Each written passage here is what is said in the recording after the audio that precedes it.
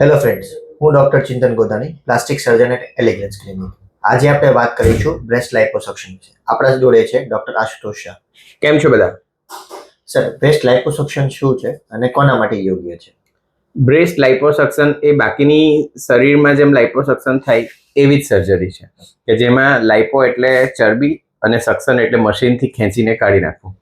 તો જેમને બ્રેસ્ટ બહુ મોટી છે, નાની એજ છે, હજુ મેરેજ પછીના બચ્ચાના ફંક્શન બાકી છે, અનમેરિડ છે, અથવા તો જે લોકો પ્રોપર બ્રેસ્ટ રિડક્શન સર્જરી નથી ઈચ્છતા, એવા લોકોને જ્યારે હેવી બ્રેસ્ટના પ્રોબ્લેમ થાય તો એમાંથી જે ફેટવાળો ભાગ છે એ ઓછો કરીને એમને રિલીફ આપવાની જે સર્જરી છે એને બ્રેસ્ટ લાઇપોસક્શન કહેવાય.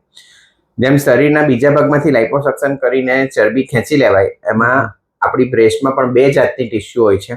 એક હોય છે ગ્લેન્ડ કે જે દૂધ બનાવવાનું કામ કરે, અને બીજું છે ફેટ જે સપોર્ટિવ ટિશ્યુ છે. તો ઘણીવાર હોર્મોનના હિસાબે અને એના હિસાબે ગ્લેન્ડ વધી જતી હોય છે. તો જેનામાં ગ્લેન્ડ વધારે છે એ લોકોને લાઇપોસક્શન બહુ મદદ નહીં કરી શકે. પણ જેની ફેટી બ્રેસ્ટ છે કે જેમાં ફેટ વધારે છે, તો એવા લોકોને લાઇપોસક્શનથી બહુ જ સારો ફેર પડે છે. બીજો સવાલ છે, બ્રેસ્ટ રિડક્શન અને બ્રેસ્ટ લાઇપોસક્શન વચ્ચે શું ડિફરન્સ છે, સર? બ્રેસ્ટ લાઇપોસક્શન એ મિનિમલી ઇન્વેઝિવ પ્રક્રિયા છે.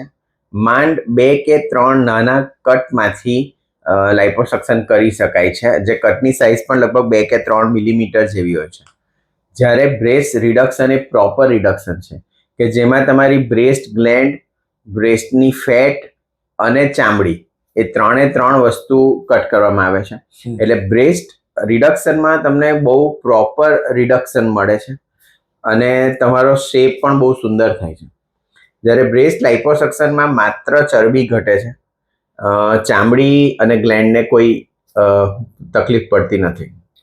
ત્રીજો સવાલ, સર, શું જીમ અને વેટ લોસ કરવાથી બ્રેસ્ટની સાઇઝ ઘટી શકે છે? બિલકુલ. ફેટી બ્રેસ્ટ હોય અને તમે જો ઓવરઓલ ફેટ રિડક્શન કરો તો બ્રેસ્ટની સાઇઝ તો ઓબ્વિયસલી ઘટવાની છે, પણ બ્રેસ્ટ ત્યારે સેગી થઈ જાય, એનો શેપ બગડી જાય એવી શક્યતા પણ હોય છે. એટલે એ જેવું જીમ બંધ કરે પાછી બ્રેસ્ટ વધી પણ શકે. એટલે જીમ ને એનાથી જેટલી બોડી ફેટનો એક્સ્ટ્રા ભાગ છે, જે હોર્મોનલ ફેટ નથી અને તમારી સાઈડના ભાગમાં ને એ બધી લાગી છે, એ બધી બ્રેસ્ટ ઓગળી શકે. તમે સર વાત કરી સેગી બ્રેસ્ટની, તો સેગી બ્રેસ્ટનો ટ્રીટમેન્ટ બેઝિકલી લાઇપોસક્શન તરફ જવાય કે કોઈ બીજો કોઈ ટ્રીટમેન્ટ છે એના માટે, સર? સેગી બ્રેસ્ટ પણ નોર્મલ સાઇઝ તો સિમ્પલ મેસ્ટોપેક્સી અથવા બ્રેસ્ટ લિફ્ટ નામની સર્જરી કરવામાં આવે. લાઇપોસક્શન કર્યા પછી તમે સમજો કે અંદરથી ફેટ સાથે ચામડી આમ છે, ફેટ નીકળી જશે તો ચામડી લટકવાની છે, બ્રેસ્ટ વધારે સેગી થવાની છે.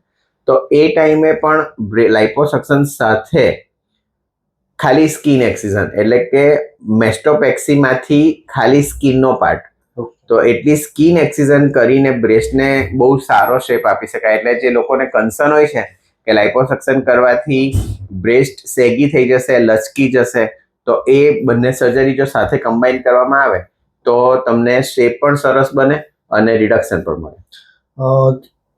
બીજો સવાલ, સર, કે બ્રેસ્ટ લાઇપોસક્શન કર્યા પછી જે પરફેક્ટ બ્રેસ્ટ ફિગર હોય છે એવું અચીવ કરવું પોસિબલ છે કે કોઈ બીજી એડિશનલ સર્જરી કરવી પડે છે, sir? Breast liposuction actually shaping surgery કરતાં વધારે રિડક્શન સર્જરી છે. એટલે એમાં તમારું બ્રેસ્ટનું સાઇઝ સિગ્નિફિકન્ટલી ઘટે છે. બ્રેસ્ટની ટિશ્યુની એટલે કે સ્કિનની જો ઇલાસ્ટિસિટી સારી હોય તો 3 થી 4 મહિનામાં એવું પણ જોવા મળે છે કે જ્યારે વજન ઘટી જાય છે તો સ્કિનને ખબર છે કે હવે એટલી સ્કિનની જરૂર નથી, તો એ કોન્ટ્રાક્ટ થાય છે અને નીચેનું પુલિંગ ઓછું થઈ જાય તો ઉપરથી સ્કિન જાતે કોન્ટ્રાક્ટ થઈને જે તમારી નિપલ એરિયોલા છે લગભગ 1 થી 1.5 ઇંચ જેવી જાતે ઉપર આવે છે. એટલે એની સ્કિન કોન્ટ્રાક્ટ પણ થાય છે. એટલે એમાં આમ જોવા જાય તો બીજી કોઈ સર્જરીની જરૂર પડતી નથી. પણ જેને બહુ વધારે સેગિંગ હોય એને આ મેસ્ટોપેક્સી અથવા સ્કિન બ્રેસ્ટ લિફ્ટ સાથે કરવી જોઈએ. બ્રેસ્ટ લાઇપોસક્શન કર્યા પછી સર રિકવરી કેટલા ડેઝમાં આવે છે યુઝ્યુઅલી? બ્રેસ્ટ લાઇપોસક્શન સેફ સર્જરી છે, માઇનર એકદમ નાના કટમાંથી કરવામાં આવે છે, પણ એમાં તમારી બ્રેસ્ટમાંથી વધારાનું ફ્લુઇડ નીકળ્યા કરે એટલા માટે 2 થી 5 દિવસ માટે એક ડ્રેઇન મૂકવામાં આવે છે. બાકી આ સર્જરી બહુ સેફ છે, એમાં બહુ પેઇન કેવું થતું નથી. 2 થી 3 દિવસ માઇલ્ડ ડિસ્કમ્ફર્ટ લાગી શકે. ચોથા થી 5મા દિવસે તમારી ડ્રેઇન નીકળી જાય એટલે લગભગ અઠવાડિયું તમે ગણી શકાય રિકવરી માટે. ઓકે, બ્રેસ્ટ લાઇપોસક્શન કર્યા પછી સર બ્રેસ્ટ ફીડિંગમાં કોઈ ઇશ્યુ આવતું એવું કંઈ? ના, આપણે બ્રેસ્ટ લાઇપોસક્શનમાં ખાલી ફેટને ચડીએ છીએ. ઓકે, બ્રેસ્ટ ગ્લેન્ડને અડતા નથી, બ્રેસ્ટ ટિશ્યુને અંદરથી કંઈ ડેમેજ કરતા નથી. એટલે આગળ જઈને બ્રેસ્ટના સેન્સેશનમાં, એટલે કે લગ્ન પછી રિલેશન રાખવામાં અથવા તો બચ્ચું થાય તો એને દૂધ પીવડાવવામાં, આમાં કોઈ એવો પ્રોબ્લેમ જોવા મળતો નથી. અને લાસ્ટ સવાલ સર, સ્કારલેસ સર્જરી આજકાલ ટ્રેન્ડિંગમાં છે કે બ્રેસ્ટ લાઇપોસક્શન પછી સ્કાર અથવા તો કોઈ બી બ્રેસ્ટ સર્જરી પછીનો સ્કાર એ આજકાલ ટ્રેન્ડમાં છે, તેના વિશે તમારું શું કહેવું છે? બિલકુલ, બ્રેસ્ટ લાઇપોસક્શન છે ને તો બહુ માઇનર 2 કે 3 મિલીમીટરના કટથી એવા 2 કે 3 કટ લાગતા હોય છે. એટલે યુઝ્યુઅલી તમે પ્લાસ્ટિક સર્જરીથી સ્ટીચીસ લો તો એ બહુ નહીં દેખાય એ ટાઈપના થઈ જાય. પ્રોપરલી સ્કારલેસ કેવું એ ઓવર પ્રોમિસ છે, પણ સ્કાર બહુ વિઝિબલ હોતા નથી અને બહુ માઇનર સ્કારમાંથી થાય એટલે લોકો એને સ્કારલેસ તરીકે માર્કેટ કરે છે. સ્કારલેસ હોતો નથી, સ્કાર હોય છે, પણ એ વર્ચ્યુઅલી સ્કારલેસ કહી શકાય કે સ્કાર બહુ દેખાતા નથી. તમે જો મેસ્ટોપેક્સી સાથે કરો તો એનો સ્કાર થોડો ઘણો દેખાઈ શકે. Thank you sir. હોપ તમારા ક્વેશ્ચન્સના ડાઉટ આમાં ક્લિયર થઈ ગયા હોય. Over to you sir.